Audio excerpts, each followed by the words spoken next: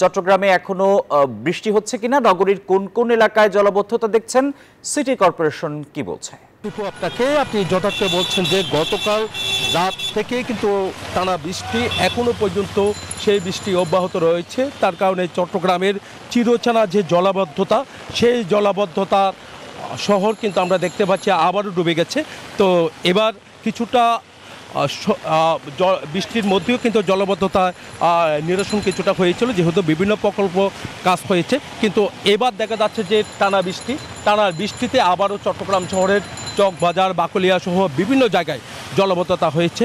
City mayor যেমনটা সকাল থেকে ছুটছে, বিভিন্ন জায়গায় গিয়ে তারা চেষ্টা করছেন যেভাবে হোক যেন জলাবদ্ধতা নিরসন হোক, কিন্তু চেষ্টা করলেই কিন্তু আমরা দেখতে পাচ্ছি এবার যেভাবে ডুবে গেছে চট্টগ্রাম শহর, তার কারণে চট্টগ্রামের যে মানুষ তারা কিন্তু আবার চিরচেনা সেই রূপটা কিন্তু দেখতে পাচ্ছে। তো এখানে হাজার হাজার কোটি টাকার যে প্রকল্প, সেই প্রকল্প নিয়েও কিন্তু প্রশ্ন উঠছে। এখানে যারা বাসিন্দা আছে তারা কিন্তু অনেক কষ্টের কথা আমাদেরকে জানিয়েছে। দেখতে পাচ্ছেন চট্টগ্রামের চকবাজারে কিন্তু আমরা দেখতে পাচ্ছি ডুবে গেছে চট্টগ্রাম শহরের বিভিন্ন জায়গা, বাকলিয়া সহ বিভিন্ন জায়গায় কিন্তু জলাবদ্ধতা সৃষ্টি হয়েছে। আমরা আপনার সাথে একটু কথা বলতে চাচ্ছি, কেমন সমস্যার মধ্যে পড়েছেন? হ্যাঁ, সমস্যা তো অবশ্যই। চট্টগ্রামের জন্য তো জলাবদ্ধতা বিশাল একটা বিষয়।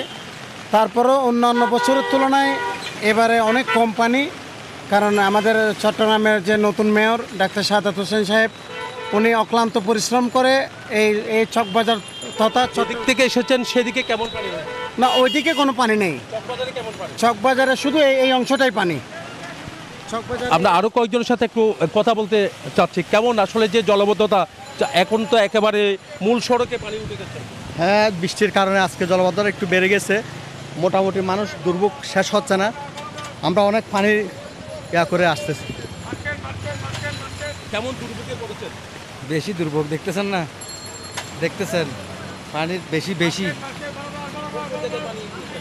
এই তো এদিকে দুর্নীপুরের এদিকে আছে, এদিকে একটু কম আছে। তবে আজকে মনে হয় অনেক দিন পর আজকে হয়েছে যে খালটা সাফ করা হয় নাই। এখানে সবচেয়ে বেশি আমরা দেখতে পাচ্ছি শিক্ষার্থী যারা আছে তারা কিন্তু অনেক সমস্যায় পড়েছে, যেহেতু স্কুল ছুটি হয়েছে। সকালবেলাও কিন্তু স্কুল যখন ছিল, কলেজ যখন ছিল, তখন কিন্তু আমরা দেখেছি যে শিক্ষার্থীরা সমস্যায় পড়েছে। পানি ভেঙে কিন্তু তারা কিন্তু তাদের শিক্ষা প্রতিষ্ঠানগুলোতে যেতে হয়েছে। একই সাথে চাকরিজীবী যারা আছে তারাও কিন্তু মহা বিপাকে পড়েছে। তবে গত কয়েক বছরের তুলনায় এবার কিন্তু চট্টগ্রাম শহর যেভাবে ডোবার কথা রয়েছে বর্ষায়, সেভাবে ডোবেনি। তবে আজকে দেখা যাচ্ছে ভয়াবহ রূপ দেখা দিয়েছে।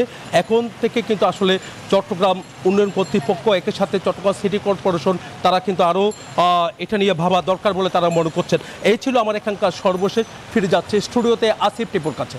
জয়, আপনাকে ধন্যবাদ। দর্শক, চট্টগ্রাম থেকে জলাবদ্ধতার খবর জানাচ্ছিলেন নয়ন বড়ুয়া। জয়। একমাত্র স্মার্ট সিটি বসুন্ধরা, আধুনিকতায় এক ধাপ এগিয়ে।